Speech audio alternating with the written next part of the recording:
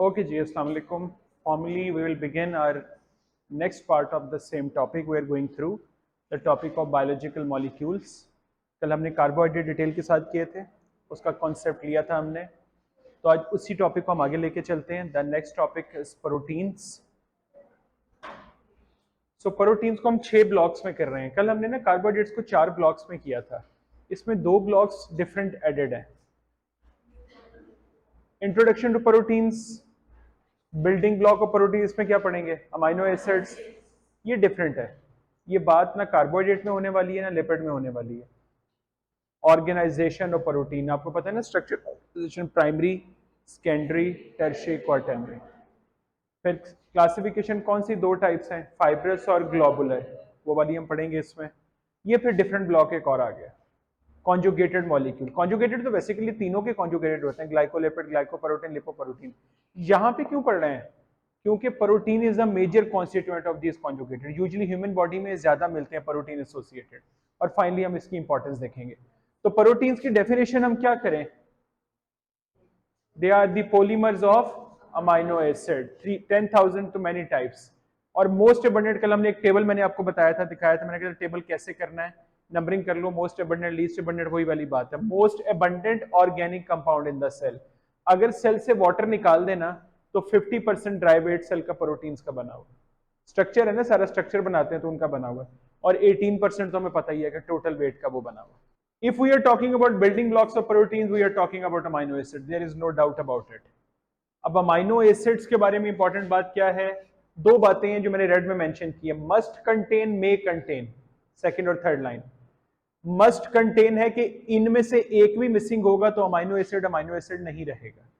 अच्छा, उसमें 3 तो वही है जो कार्बोहाइड्रेट में थे. कौन से?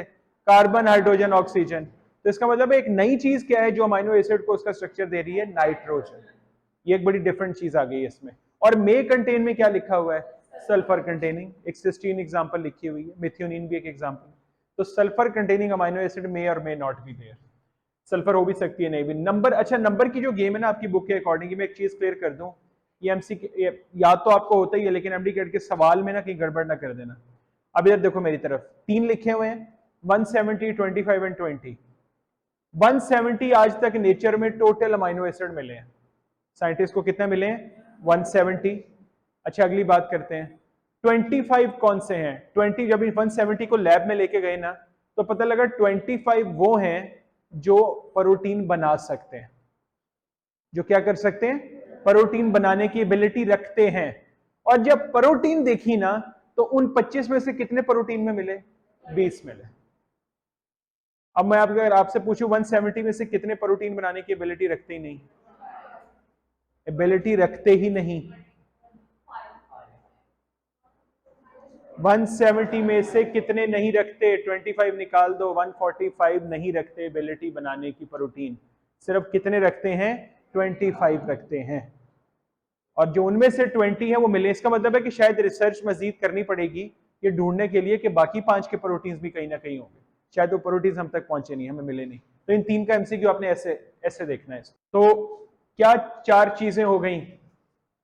Carboxylic group, amino group, hydrogen. ये क्या है? यही तो आर ग्रुप है. फंक्शन ग्रुप डिफरेंट है. ये सिंपलेस्ट किस में होता है? ग्लाइसिन के अंदर सिर्फ एक हाइड्रोजन होता है, तो ग्लाइसिन को कहते हैं it is simplest amino acid in nature. क्योंकि आर ग्रुप इससे सिंपल नहीं हो सकता. इससे एक जरा आगे ले जाओ, मिथाइल लगा दो, CH3 लगा दो, तो वो क्या बन जाएगा? एलानीन बन जाएगा. तो ये 2 अमाइनो एसिड आपको पता तो ठीक है. फर्स्ट ईयर एमबीबीएस में बायोकेमिस्ट्री में जाके ये 20 के 20 अमाइनो एसिड जो हमारे प्रोटीन्स में मिलते हैं इसको याद करना पड़ता है. 10 एसेंशियल कौन से हैं, 10 नॉन एसेंशियल कौन से हैं.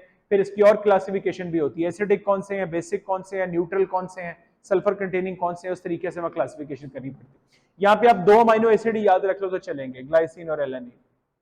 और फिर प्रोटीन फॉर्मेशन कैसे होती है? कल मैंने आपको बॉन्ड बना के भी दिखाया था. क्या था bond? Carbon, nitrogen, carbon, peptide bond. तो क्या होता है? Carboxylic group of 1 amino acid, amino group of the other amino acid. ये ग्लाइसिन, एलानीन दोनों जब आपस में मिले, वाटर मॉलिक्यूल चला गया, इसमें से निकल गया, और रिजल्टेंट में क्या बन गया? एक पेप्टाइड बॉन्ड बन गया, जो आपके राइट हैंड साइड पे आपको नजर आ रहा है. तो इसका मतलब क्या हुआ कि जब पेप्टाइड बॉन्ड बनता है जब पेप्टाइड बॉन्ड बनता है तो ये बनता है कंडेंसेशन से, और जब इसको तोड़ना पड़ता है तो टूटता कैसे है? हाइड्रोलिसिस से। और ये ग्लाइकोसिडिक में भी तो यही केस है, क्या ख्याल है? ग्लाइकोसिडिक भी सेम कॉन्सेप्ट है ना, वाटर रिलीज होने से बनता है, वाटर एंटर होने से टूट जाता है। अब आती है लेवल ऑफ प्रोटीन ऑर्गेनाइजेशन। अच्छा, मैं आपको एक चीज की कंपैरिजन करवा दूं, ये जो आपको स्लाइड नजर आ रही है, प्राइमरी, सेकेंडरी, टर्शियरी, क्वार्टरनरी। अब प्राइमरी से बाकी स्ट्रक्चर बनाते हैं। प्राइमरी स्ट्रेट चेन, सेकेंडरी में क्या किया, मैंने आपको एक धागा दिया प्रोटीन्स का बना हुआ, मैंने कहा यार इसका सेकेंडरी स्ट्रक्चर बना दो, आपने क्या किया, उसको फिंगर पे लपेट लिया, तो उसका क्या स्ट्रक्चर बन गया? सेकेंडरी। एक और तरीका भी है, उसको शीट की शक्ल में आपने मोड़ लिया, जैसे बेड शीट नहीं मोड़ते हम, जैसे अपनी शीट घरों में चादरें इकट्ठी करके तय करते हैं, बिल्कुल वैसे ही आपने उसको तय कर दिया। ये दोनों तरीके, चाहे उंगली पे लपेटा हो चाहे उसको बेड शीट बनाइए, दोनों तरीके कौन से हैं? Secondary structure of protein, secondary structure of protein. जैसे ही उसको उंगली से निकालेंगे वो दोबारा क्या हो जाएगा? सीधा। तो अगर वो उंगली निकालने के बावजूद भी अगर वो स्प्रिंग फॉर्म में ही रहे, तो इसका मतलब है उसमें कुछ एक्स्ट्रा बॉन्ड ऐड करने की जरूरत है जो उसको उसी में रखेगी। प्राइमरी स्ट्रक्चर में बॉन्ड है सिंपल पेप्टाइड बॉन्ड। अगर इसको सेकेंडरी बनाना है, पेप्टाइड तो है लेकिन पेप्टाइड के साथ कौन ऐड हो जाएगा? एक नया बॉन्ड ऐड होगा विच इज हाइड्रोजन बॉन्ड। अगर मैंने सेकेंडरी अल्फा और बीटा को मिला के मैंने टर्शियरी स्ट्रक्चर बनाना चाह रहा हूं, तो अब मुझे दो बॉन्ड और ऐड करने पड़ेंगे which are ionic bond and disulphide bond. Disulphide ज्यादा मेन है टर्शियरी का, मैं अभी टेबल दिखाता हूं आपको। और फिर फाइनली क्वार्टरनरी, फिर एक और बॉन्ड ऐड करना पड़ेगा which are called hydrophobic interaction. एक बात समझ लो, किस में पेप्टाइड बॉन्ड नहीं है? सब में है, पेप्टाइड बॉन्ड सब में है। सेकेंडरी से आगे हाइड्रोजन सब में है, टर्शियरी से आगे डाइसल्फाइड सब में है, हाइड्रोफोबिक सिर्फ किस में है? क्वार्टरनरी में। और क्वार्टरनरी की एक और इंपॉर्टेंट बात जो बाकी तीनों में नहीं है, अगर कोई इनऑर्गेनिक पार्ट लगना है ना आके प्रोटीन के साथ, प्रोटीन इज ऑर्गेनिक, कोई इनऑर्गेनिक साथ लगना है आके, तो वो सिर्फ क्वार्टरनरी स्ट्रक्चर में आके लगता है। कहां लगता है? क्वार्टरनरी में। ये बात एंजाइम में डिस्कस होगी, वहां पे ज्यादा अच्छी समझ आएगी। ये टेबल देख लो, मैं आपको करवाता हूं, शेयर हो जाएगा आपसे, बस इधर मेरे साथ रहो जरा। Primary, secondary, tertiary, quaternary. Primary के अंदर इंफॉर्मेशन क्या मिल रही है? Number and sequence of amino acid, कितने हैं, किस तरतीब में लगे हुए हैं। बॉन्ड कौन सा है? पेप्टाइड। एग्जांपल न्यूली सिंथेसाइज कोई भी चेन, हीमोग्लोबिन की ले लेते हैं, नई चेन जो एक बनी है वो स्ट्रेट चेन, जो प्राइमरी स्ट्रक्चर। सेकेंडरी में प्राइमरी को क्या कर दिया? कॉइल। बॉन्ड कौन सा ऐड हो गया? Hydrogen. Example alpha helix in the haemoglobin chain. Tertiary में क्या कर दिया? इन्हीं शीट्स की बेंडिंग एंड फोल्डिंग। और उसके बाद पेप्टाइड बॉन्ड, हाइड्रोजन मैंने कहा था दो ऐड हुए हैं, आयनिक भी हुआ, डाइसल्फाइड, लेकिन रेड में कौन सा मेंशन किया हुआ है? क्योंकि टर्शियरी का मेन बॉन्ड ये डाइसल्फाइड। और उसके बाद बैंडेड और फोल्डेड अल्फा बीटा चेन एक दूसरे के ऊपर बेंड फोल्ड। और फाइनली कौन सा है? Quaternary, aggregation of these tertiary. और नीचे ब्रैकेट में क्या लिखा हुआ है? इनऑर्गेनिक पार्ट में अटैच। अभी बोला मैंने आपको, इनऑर्गेनिक आएगा तो क्वार्टरनरी में लगता है आके। और बॉन्डिंग सारी पुरानी वाली है, नई कौन सी ऐड हुई है? हाइड्रोफोबिक। इन सब में से स्ट्रॉन्गेस्ट बॉन्ड कौन सा है? पेप्टाइड बॉन्ड कोवलेंट बॉन्ड है, बाकी कोई भी कोवलेंट नहीं है। तो अगर मैं आपसे पूछूं तो इनमें से स्ट्रॉन्गेस्ट स्ट्रक्चर कौन सा है? प्राइमरी स्ट्रक्चर, क्योंकि उसमें सिर्फ ये बॉन्ड है। ये बेटे मोस्ट स्टेबल होता है प्राइमरी, और क्वार्टरनरी होता है लीस्ट स्टेबल। क्वार्टरनरी क्या होता है? देखो मेरी बात सुनो ना, कौन सा बॉन्ड तोड़ना आसान है? ये बहुत आसान है, ये भी आसान है, ये भी, ये सबसे मुश्किल।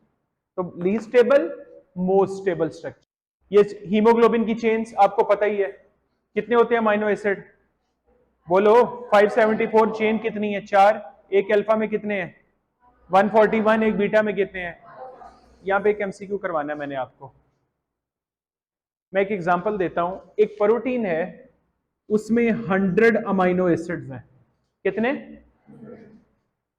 क्वेश्चन ये है नंबर ऑफ पेप्टाइड बॉन्ड कितने हैं? आपने 99 क्यों बोला? आपने कहा सर टोटल -1, लेकिन ये रूल पता कब है? ये 1 क्या है? 1 है बेसिकली नंबर ऑफ चेन, अगर एक ही चेन है तो 99 है। मैं आपको रूल्स बता दूं, एक आसान कर लो। Number of peptide bond protein molecule is equal to total amino acid minus number of chains. ये याद रख लो आइंदा के लिए।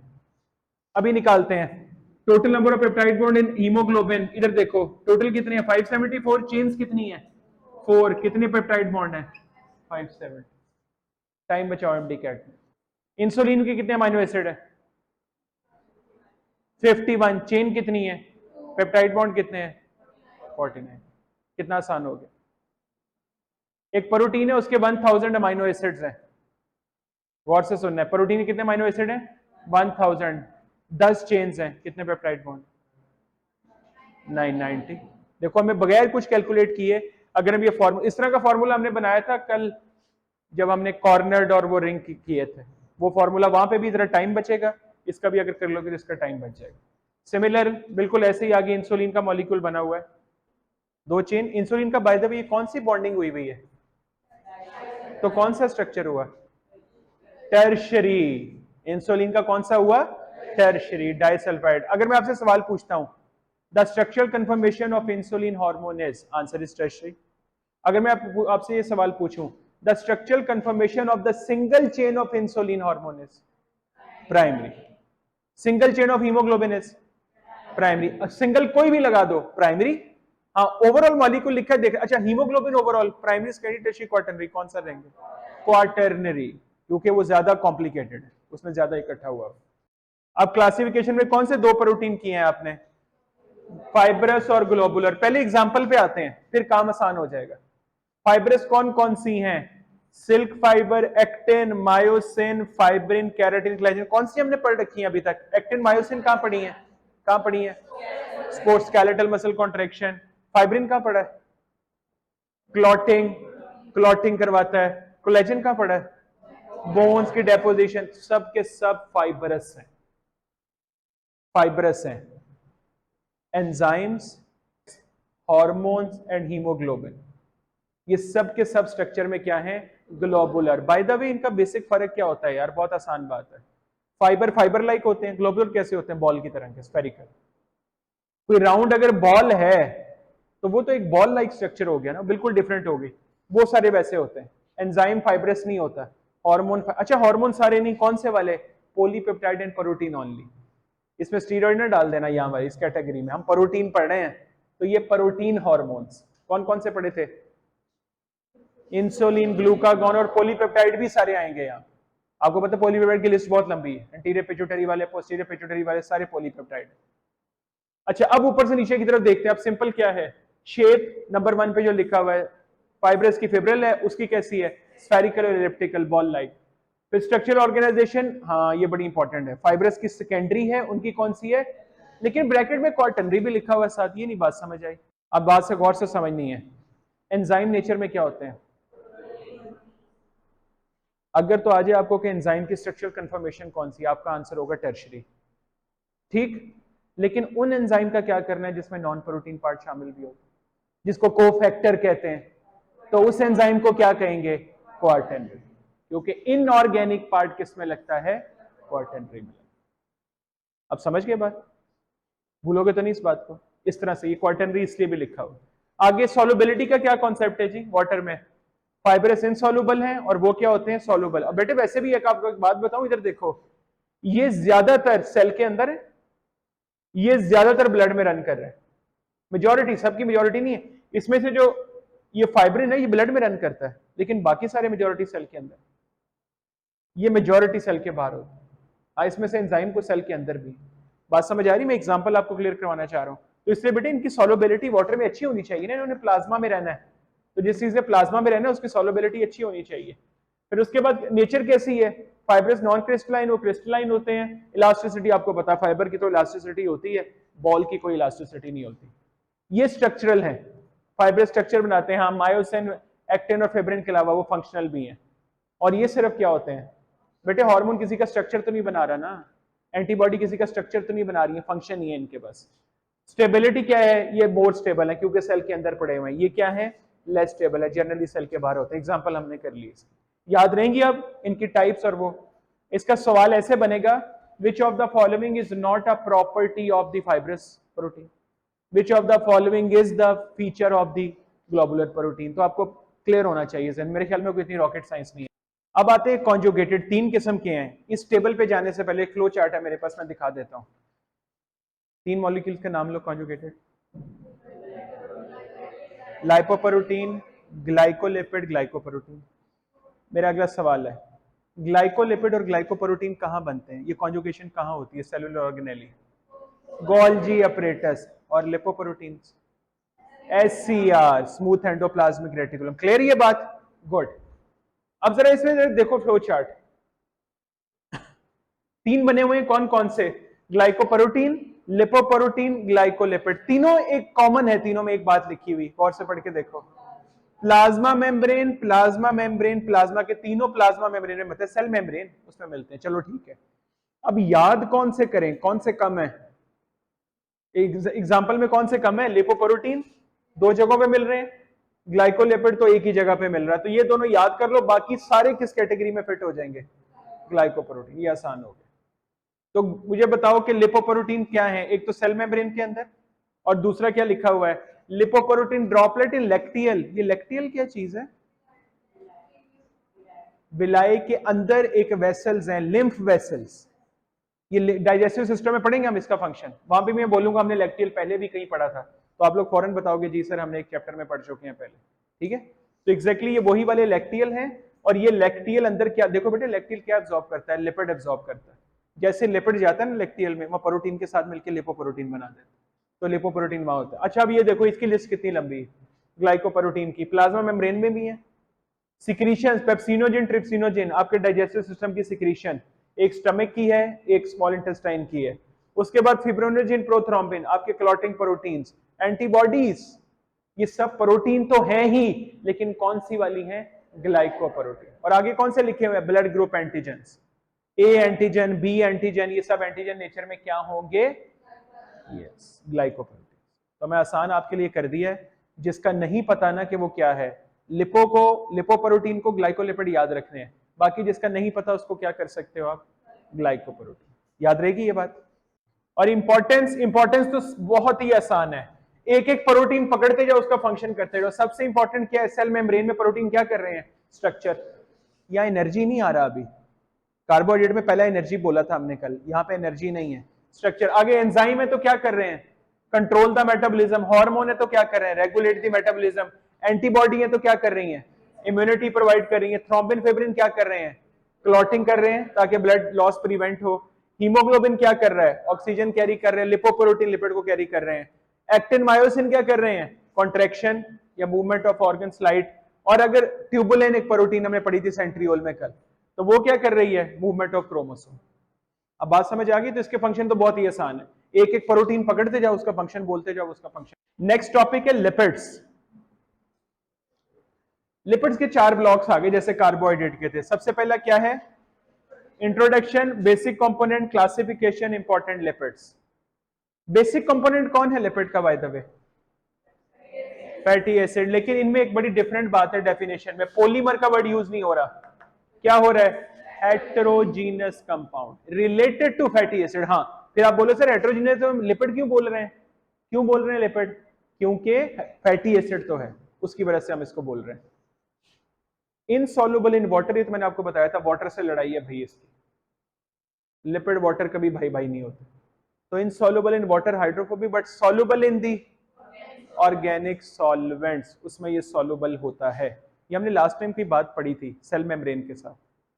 सेल मेम्ब्रेन में होता है लिपिड मेम्ब्रेन है, लिपिड बाइलेयर है, वही वाला कॉन्सेप्ट यहाँ पे फिट हो रहा है। अच्छा, इसके एक और भी चीज मेरे जहन में इससे रिलेटेड आई, कभी हम बहुत स्पाइसी फूड खा लें या कोई ऐसा खाना खा लें जिसमें मिर्चें ज्यादा हैं, तो फौरी तौर पे हमारी टेंडेंसी क्या होती है? How what do we do? वो ड्रिंक वाटर। मैं आपको इंटरेस्टिंग बात बताता हूँ, ये जो स्पाइस होता है ना, स्पाइस कैप्सिकम, कैप्सिकम में जो केमिकल कैप्सिसिन होता है, capsaicin is a fat soluble chemical. कौन सा है? ये बात पता है क्यों बता रहा हूं? आप जितना मर्जी पानी पीते जाए स्पाइस लगने के बाद, वो वाटर सॉल्युबल नहीं है, उसमें क्या है? फैट सॉल्युबल है। पानी पीने से मिर्च इतनी जल्दी कम नहीं होती। साइकोलॉजिकली हम फील करते हैं हमारी मिर्च कम हो रही है, होती नहीं। उससे भी जल्दी पता है कैसे कम हो सकती है? माउथ में अगर ऐसे स्पाइस लग जाए, take a fat soluble, yes, we can go for anything, we can take a piece of bread. आप ब्रेड का पीस मुंह में रख लें, छोटा सा, डबल रोटी घर में अवेलेबल होती है अक्सर, जस्ट 1 पीस फॉरन स्पाइस डाउन कर दे।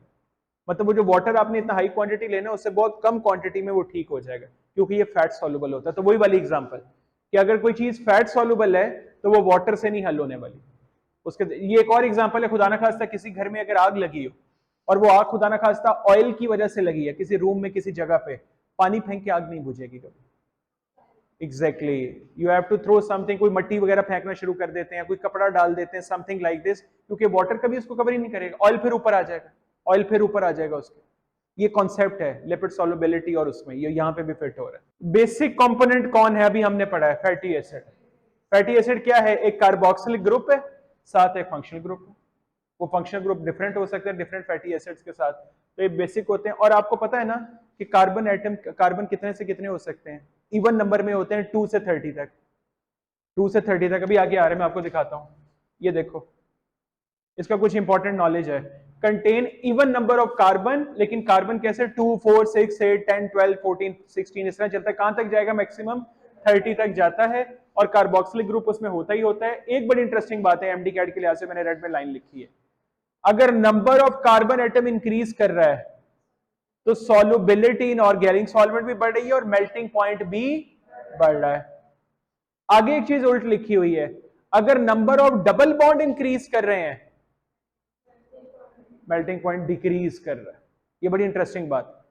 देखो ऊपर में क्या लिखा है कि स्ट्रेट चेन सिंगल बॉन्ड बढ़ाते जाओगे मेल्टिंग पॉइंट बढ़ता जाएगा, लेकिन डबल बॉन्ड अगर आना शुरू हो गया या ट्रिपल बॉन्ड आना शुरू हो गया तो मेल्टिंग पॉइंट क्या होता जाएगा, कम। बड़ी आसान एग्जांपल, सिंगल बॉन्ड वाले क्या कहलाते हैं, फैट, और डबल या ट्रिपल बॉन्ड वाले ऑयल्स।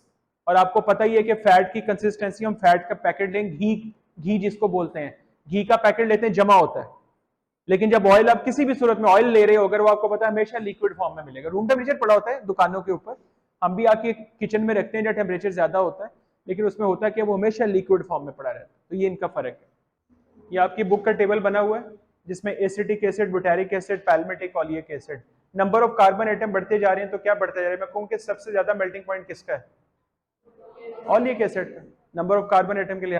तो दो किस्म के हो गए fatty acid, saturated and unsaturated. Saturated की ब्रैकेट में क्या लिखा हुआ है, नो डबल और ट्रिपल बॉन्ड, और अनसैचुरेटेड और डबल ट्रिपल। ये देखो नीचे डायग्राम बनी है, सैचुरेटेड स्ट्रेट चेन, या अनसैचुरेटेड जैसे डबल बना फौरन नीचे की, फौरन नीचे की। हमारे लिए कौन सा हेल्दी है, अनसैचुरेटेड ऑयल्स होते हैं, सैचुरेटेड घी होता है, unsaturated is always healthy for us. ये आप याद रखना है आपने, अभी आएगा आगे मैं आपको बताता हूं इसके बारे में। मैक्सिमम डबल बॉन्ड कितने हो सकते हैं, 6 हो सकते हैं। क्लासिफिकेशन ऑफ लिपिड 4 क्लासेस में बार बार रिवाइज करवा चुका हूं, आपको दोबारा करवा देता हूं। कौन कौन सी, असाइल ग्लिसरॉल, वैक्सेस, फॉस्फोलिपिड्स, टर्पेनॉइड्स।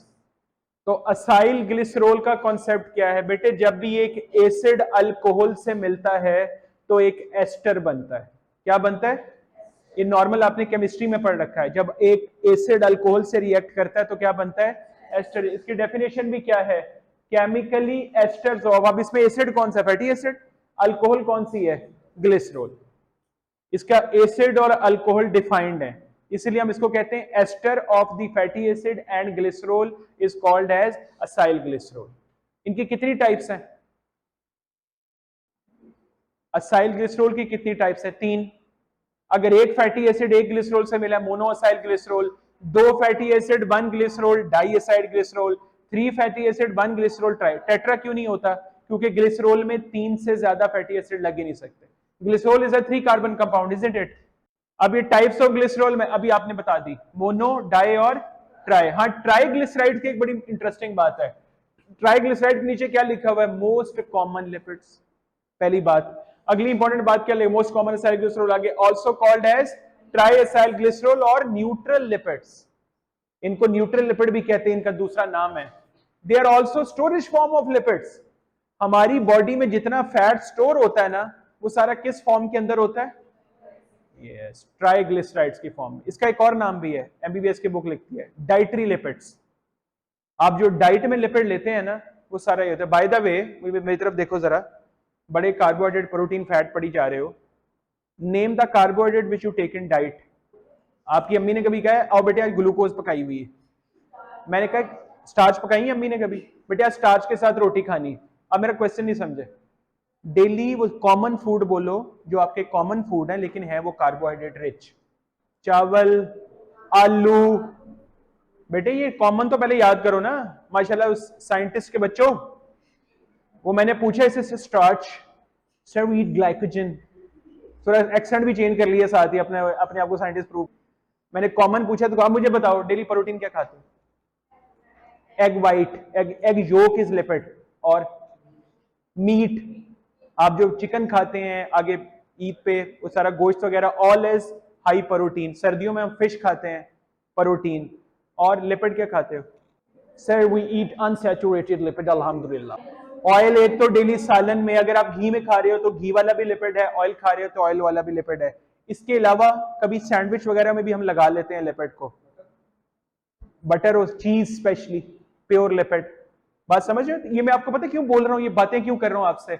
हम डेली फूड ले रहे होते हैं लेकिन हमें ये आइडिया नहीं होता कि हम एक्चुअली हमारे फूड का कंपोनेंट क्या है। फैट्स और ऑयल का comparison, unhealthy, bad for health, good for health, second last column में आपके लिखा। और ऊपर आपको पता ही है ये सैचुरेटेड अनसैचुरेटेड है, स्ट्रेट चेन है, ब्रांच्ड होते हैं। यूजुअली सॉलिड वो क्या होते हैं? ऑयल लिक्विड होते हैं, स्पेसिफिक ग्रेविटी सेम है।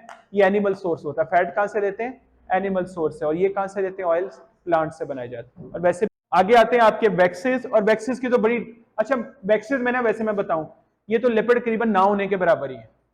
इनमें तो खूब सारा मिक्सचर ही है। वो मिक्सचर किस किस चीज का लिखा हुआ है? Long chain alkanes, odd chain, उसमें ऑड नंबर ऑफ कार्बन होते हैं, अल्कोहल, कीटोन्स और ester of long chain fatty acid. MCQ के लिए एक बात याद रखनी है, जो सेकंड लाइन है, second point, ester of long chain alkanes C25 to C35, और जो फैटी एसिड है वो क्या होते हैं? C14 to C30। Can have a alcoholic aldehyde और अ कीटोन ग्रुप। वैक्सेस का काम क्या है? What is the function of waxes? Protection. कैसे प्रोटेक्शन देते हैं? एक क्यूटिन की लेयर बनाते हैं, ठीक है, लीव्स के ऊपर, फ्रूट्स के ऊपर, जो उनको प्रोटेक्ट करती है। फिर वाटर बैरियर इंसेक्ट के लिए वहां पे इसको क्यूटिकल कहते हैं, एनिमल्स पे भी होता है। और फिर secreted by some insects, honey bee shelter के लिए। ह्यूमंस में होती है वैक्स, आपके ईयर्स में वैक्स होती है बेटे, और वहां पे वैक्स यही काम कर रही है, प्रोटेक्शन। स्पेशली किस चीज की प्रोटेक्शन कर रही है? खुदा ना खास्ता कोई माइक्रो ऑर्गेनिज्म या कोई ऐसा ऑर्गेनिज्म जो क्रॉलर होता है वो आता है तो उसमें ट्रैप हो जाता है, उसको निकालना आसान हो जाता है। हमारे एक सर थे 4th ईयर MBBS में, अल्लामा इकबाल मेडिकल कॉलेज में, ENT जब पढ़ाने आए तो पहला लेक्चर था उनका। उन्होंने आती पहली बात ये की, उन्होंने कहा दांत साफ करना अच्छी बात है, नाक साफ करना अच्छी बात है, कान ज्यादा साफ करना अच्छी बात नहीं। वो जो हमारे वक्त होता है ना, वो स्टाइल बना लिया हमने, बात कर रहे हैं साथ साथ लगा हुआ है ऐसे, वो कॉन्टिन्यू रिदम के साथ चल रहा है, वो इतना अच्छा नहीं होता। वो अगर डॉक्टर सजेस्ट करे, कुछ लोगों में वैक्स ओवर प्रोटेक्शन रहती है, वो लोग यूज कर लें, लेकिन यूजुअली उसके दो नुकसान है। एक तो वैक्स कम कर देते हैं अपनी हम, और दूसरा कभी कभी टिम्पैनिक मेम्ब्रेन रप्चर कर देते हैं, वो ज्यादा अंदर चला जाता है तो उससे नुकसान हो जाता है। तो इतना फ्रीक्वेंटली यूज नहीं करना चाहिए। अगला कंपाउंड आता है फॉस्फोलिपिड का। अच्छा, फॉस्फोलिपिड का ना जरा कंपोनेंट समझने हैं। 5 चीजें बना रही हैं फॉस्फोलिपिड, 5 चीजें मिलकर एक फॉस्फोलिपिड का मॉलिक्यूल। अब वो 5 चीजें कौन कौन सी हैं? 5 चीजें हैं फॉस्फोलिपिड के मॉलिक्यूल में। पहले तो 2 बड़ी बड़ी, फॉस्फेटाइडिक एसिड, नाइट्रोजनस बेस।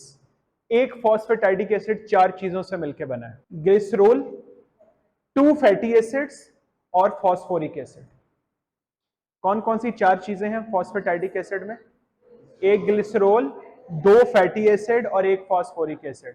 वैसे ग्लिसरोल और फैटी एसिड अभी तो हमने पढ़े हैं कहीं पे, असाइल ग्लिसरोल्स के अंदर, वहां पे हमने सेम यही चीज अभी पढ़ के हटे हैं, बिल्कुल उसके मिलता जुलता यहीं पे।